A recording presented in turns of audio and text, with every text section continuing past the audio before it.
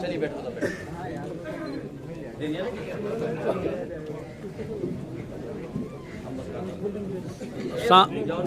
अब सामने से तो हट जाइए।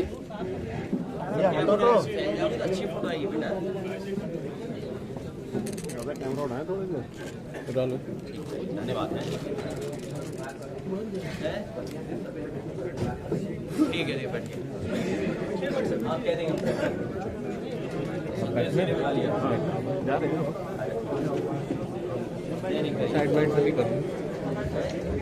उनके एग्जिट पोल, ये सच है, ये हमें और आपको स्वीकार करना पड़ेगा कि भारतीय जनता पार्टी रणनीति के तहत ये सब एग्जिट पोल या टीवी चैनलों को वो नैरेटिव और परसेप्शन क्रिएट करने के लिए देते हैं। और ये बात भी छिपी नहीं है कि अगर चैनल्स को फंड न किया जाए तो चैनल्स नहीं चलेंगे, क्योंकि उनका प्रतिदिन का खर्चा बहुत है, महीने का खर्चा बहुत है, वो कैसे खर्चा निकलेगा।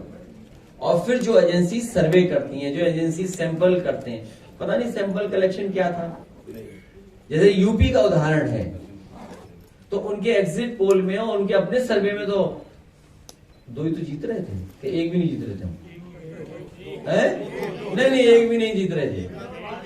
अगर सही तरह से उनकी सुना जाए तो बीजेपी पूरी हरा रही थी, हमें 0 कर रही थी। याद कीजिए, आप याद कीजिए। और फिर क्या हुआ, उनको कितना बुरे हारे। और सच्चाई में कह रहा हूं, जिला अधिकारी उस समय का फर्काबाद का बेईमानी नहीं करता, बेईमान जिला अधिकारी था वो।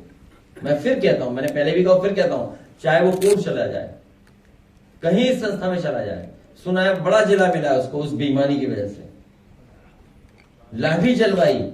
और जब हम लोगों ने फोन करने की कोशिश की, बात करने के लिए, फोन भी नहीं कर रहे, सोचिए, कोई सुनने वाला नहीं था, और रिजल्ट बदल दिया। तो ये सब बेईमानी बीजेपी करती है, इसीलिए ये सब करवाया है। 2022 के चुनाव में बीजेपी के नेता सेंट्रल फोर्स लेकर के कन्नौज में जहां काउंटिंग हो रही थी वहां घुस गए थे और रिजल्ट बदल दिया। आप सेंट्रल फोर्स से कैसे लड़ लोगे बताओ? आप मुझे बताओ कैसे लड़ लोगे? कोई लड़ सकता है फोर्स से? कोई लड़ सकता है सरकार से? तो ये जो एग्जिट पोल है, डिमोरलाइज करने के लिए है कि निराश हो जाए वर्कर। इसलिए हम लोगों ने कहा निराश नहीं होना है, मजबूती से खड़े रहो। इनकी चंडीगढ़ वाली चोरी सबने पकड़ी है, और सीसीटीवी और तमाम चैनलों पे और तमाम कैमरों पे इनकी चोरी लगातार पकड़ी जाती है, बेईमानी पकड़ी जाती है, इनकी हरकतें पकड़ी जाती हैं। तो बताओ, चंडीगढ़ में चोरी किसने नहीं देखी? बताओ, कोई चैनल बता देना देखा हो।